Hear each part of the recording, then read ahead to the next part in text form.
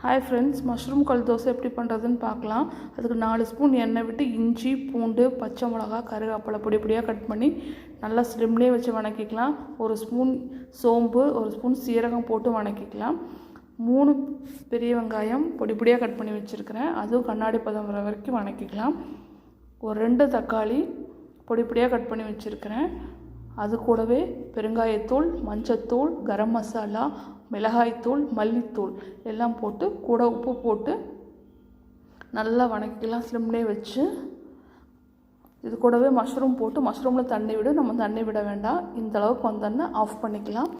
கல் சூடானோன்னா ஊத்தாப்பம் சைஸில் தோசை மாவு ஊற்றிட்டு இந்த மஷ்ரூம் கிரேவியை கொஞ்சம் போட்டுட்டு நல்லா ஸ்ப்ரெட் பண்ணி விட்டுருங்க. கொஞ்சமாக எண்ணெய் விட்டு ஒரு மூடி போட்டு நல்லா வேக விடுங்க. வெந்தோன்னா திருப்பி போட்டு எடுத்துங்க. கல் தோசை ரெடி.